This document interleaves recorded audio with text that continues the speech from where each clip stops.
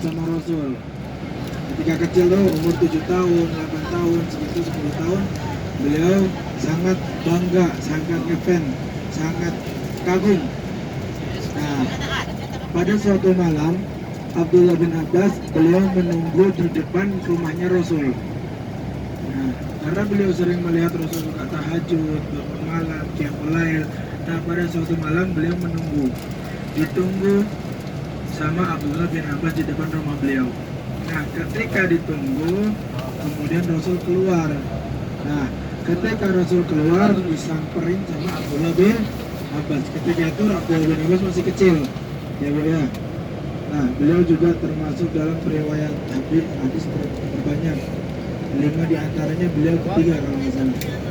Periwayat hadis sahih terbanyak, karena beliau juga termasuk dalam sahabat. Nah, ketika beliau menghampiri Rasulullah akan wudhu sebelum melaksanakan qiyamul lail. Nah, beliau menyiapkan air yang akan dipakai wudhu sama Rasul. Nah, di situ Rasulullah kaget melihat karena ada anak kecil yang menghampiri beliau kemudian memberikan air. Nah, akhirnya beliau wudhu menggunakan air tersebut. Setelah wudhu, apa yang dilakukan Rasulullah, diusap kepalanya Abdullah bin Abbas. Nah, sejak kecil didoakan sama Rasul apa? Allahumma faqihu fiddin wa alimhu ta'wil. Ya Allah, jadikanlah anak ini faqihu fiddin, paham akan agama, wa alimhu ta'wil, dan jadikanlah dia pintar akan ilmu-ilmu ta'wil. Dan itu setelah didoakan berapa kali? Sebanyak 3 kali Bu. Setelah didoakan, jadi ketika menghampiri wudhu itu kan sejajar. Nah, beliau nggak mau sejajar, beliau maunya di belakang Rasul. Habis itu ditarik sama Rasul, kembali ke belakang lagi. Kenapa engkau nggak mau? Mana mungkin saya sejajar dengan Rasul? Karena kekawaduan beliau, karena beliau sangat kagum terhadap Rasul, didoain sama Rasul. Setelah didoakan, apa yang terjadi? Doa tersebut mustajab. Yang didoain langsung Rasul, yang mendoakan beliau itu langsung Rasul. Akhirnya beliau sampai akhir hayatnya beliau diberi kecerdasan untuk memahami ilmu-ilmu ta'wil. Nah, salah satu contohnya adalah ketika itu ada ayat qad aflahal mu'minun. Qad aflahal mu'minun yang mana di surat itu menerangkan bahwasanya menanglah orang-orang muslim. Nah, ketika itu sahabat-sahabat sedang berkumpul, sedang mentakwil arti dari makna ayat ini. Kemudian apa kata beliau? Bahwasanya akan datang kemenangan bagi umat Islam. Nah, cuman kemudian datanglah Abdullah bin Abbas, datang terakhir-terakhir itu. Ditanyalah sama para sahabat, apa menurut engkau wahai Abdullah bin Abbas tentang makna takwilan dari ayat ini? Kemudian beliau menjawab, bersedihlah kalian para sahabat, bahwasanya datangnya ayat ini Rasulullah akan meninggalkan kita semua. Setelah terjadi beberapa kemudian Rasulullah wafat. Seperti itu. Jadi kecerdasan beliau terhadap ilmu ta'wil. Ilmu ta'wil itu sangat penting Bu. Ya, saya kasih tahu ilmu ta'wil itu penting. Karena dalam memahami Quran itu bukan hanya sekedar terjemah. Al-Quran itu bukan diterjemahkan, tapi membutuhkan pentakwilan. Nah, seperti para kalam-kalam para ulama, para sufi, orang-orang ulama sufi kalamnya itu tidak bisa kita terka secara zahir. Harus kita cari esensinya apa, maksudnya seperti apa. Seperti ada salah satu ulama perempuan di Mesir, namanya Rabi'ah Adawiyah. Siapa namanya Bu? Rabi'ah. Beliau luar biasa. Ya. Beliau ahli sufi tertinggi, banyak orang-orang ingin melawan beliau nggak mau. Nah, salah satu dari kalam-kalam sufi beliau bilang Allah di mana-mana. Ayo, berarti Allah banyak. Terus artinya apa dong dari mana Allah di mana-mana? Bahwasanya ketika beliau melihat tumbuhan, ahli sufi ketika melihat tumbuhan, melihat makhluk-makhluk lain yang tampan, yang cantik, nah itu bagaikan melihat Allah. Sehingga beliau itu, sehingga kita sendiri itu malu untuk melakukan bermaksiat. Karena melihat daun itu ciptaan Allah. Karena melihat binatang-binatang kecil itu kuasa dan ciptaan Allah. Ketika melihat makhluk ini, manusia, bapak ini, ibu ini, anak ini, beliau akan selalu merasa malu. Dengan itu sehingga ketika ingin melakukan maksiat sekecil apapun, beliau merasa tak.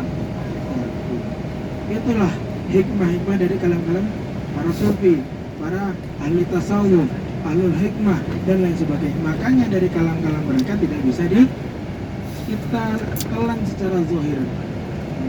Itu. Nah, itu dari kalam, ya, baru dari kalam.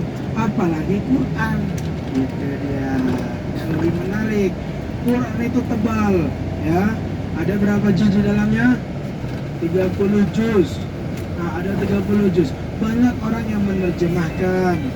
Nah, kita jangan terlalu terpatok terhadap terjemahan, karena bisa-bisa terkadang ada yang tersanggah dengan pikiran kita seperti itu. Makanya salah satu kemuliaan dan salah satu karamah ya yang diberikan oleh Abdullah bin Abbas itu adalah mahir dalam ilmu takwil, baik takwilul hadis maupun takwilul Quran. Nah, di depan ini ada Masjid Adas.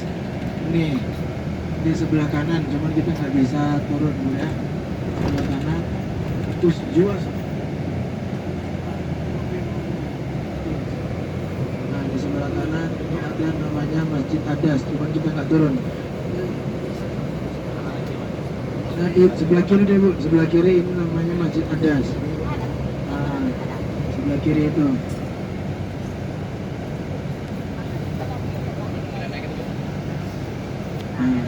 Ini Masjid Adas. Masjid Adas, beliau adalah seorang budak. Beliau adalah seorang budak yang namanya Adas.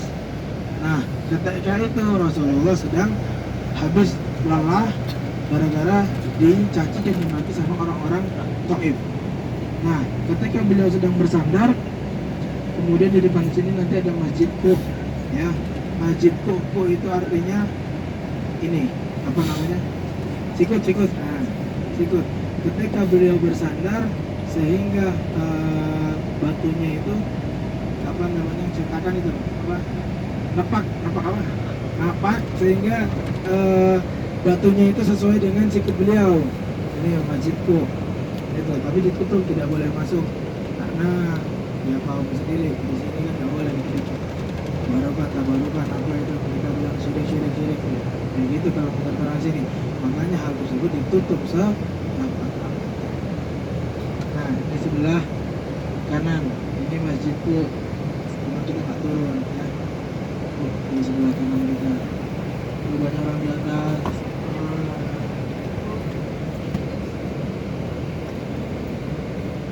Namanya masjidku. Dan ketika itu Rasulullah sedang bersandar di batu, kemudian batu itu menyemplat tangan beliau. Kemudian diabadikan dan diulang menjadi masjid.